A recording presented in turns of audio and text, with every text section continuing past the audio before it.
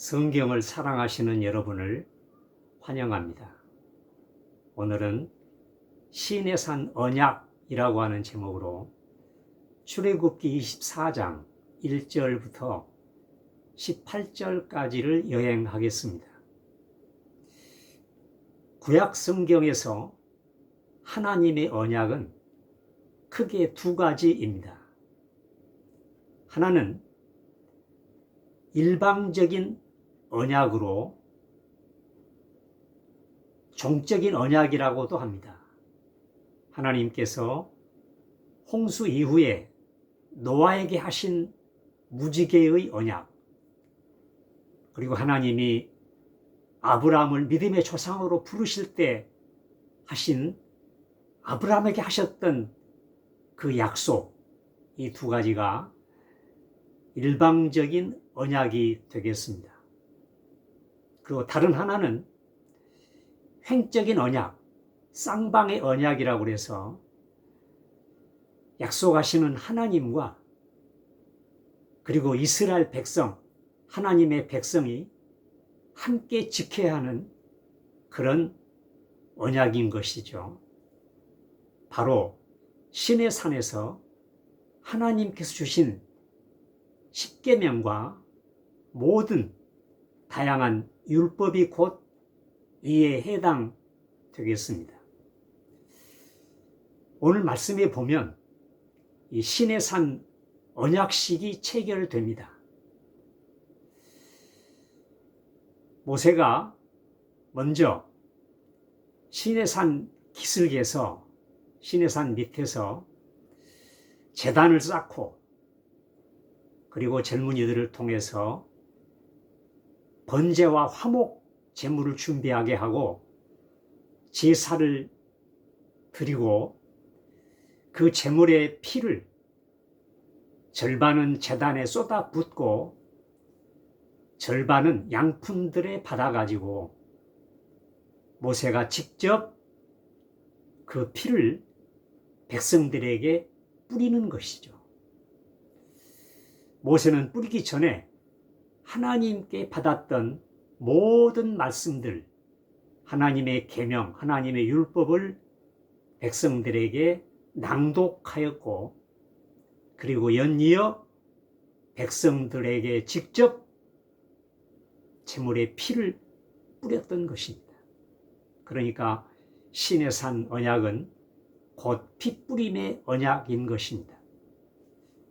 이것은 하나님께서 그 이름을 걸고 하신 약속이고, 그리고 이스라엘 백성들은 자신의 목숨과 전 생애를 걸고 하나님 앞에 약속을 하는 것입니다. 오늘 말씀에 보면 이스라엘 백성들은 두 번이나 우리가 하나님의 모든 말씀을 준행하리이다 하고 모세와 하나님 앞에서 약속을 합니다. 이렇게 하나님과 이스라엘 백성들의 신의 산 언약이 체결되는 것이죠. 그런데 문제는 하나님의 백성들이 이 율법을, 그 약속을 잘 지키는 것입니다. 우리가 신명기 28장을 보면 이에 대한 선명한 말씀들이 기록이 되어 있는데 1절부터 14절까지를 보면